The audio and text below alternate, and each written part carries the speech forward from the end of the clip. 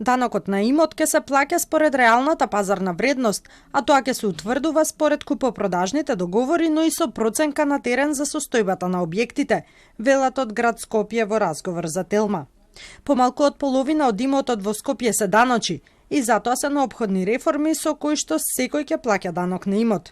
Ревидирањето на пазарната вредност на имотите во Скопје веќе започна во општина Центар и продолжува во Карпош, а следната година ќе се опфатат и останатите скопски општини. Не се работи за покачување на данок, значи даночната стапка која што изнесува 0,1% од вредноста на имотот доколку граѓанинот не живее во станот или 0,05% од вредноста на имотот ако живее во станот, останува иста. Значи таа останува иста, но целоме имот кој што не бил опфатен во минатото, сега ќе биде опфатен и секој ќе биде оданочен согласно законот. Затоа сега ако земете во една зграда, пример, ако се влезе во центар или во било која друга, ќе имате различни даноци што плаќаат граѓаните, во тоа зависност кога направиле купопродажен договор.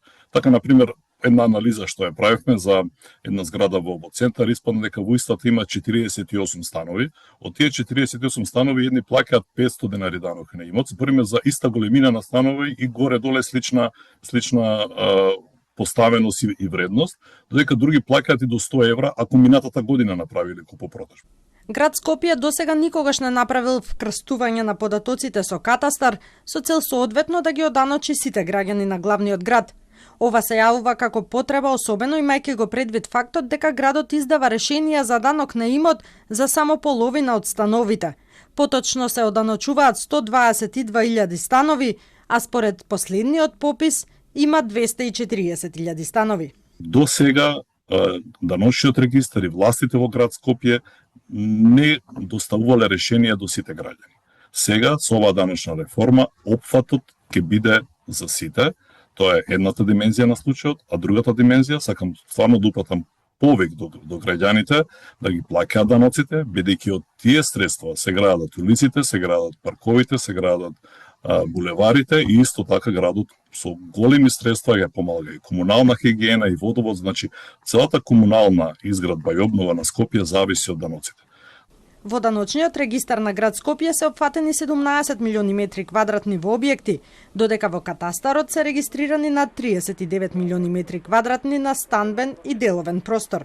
Тоа значи дека 22 милиони квадрати воопшто не биле оданочени, а тоа тројно би ги зголемило приходите по овој основ во градот. Освен тоа, слабо оди наплатата и на веќе издадените решенија, за што критикуваше и Државниот завод за ревизија.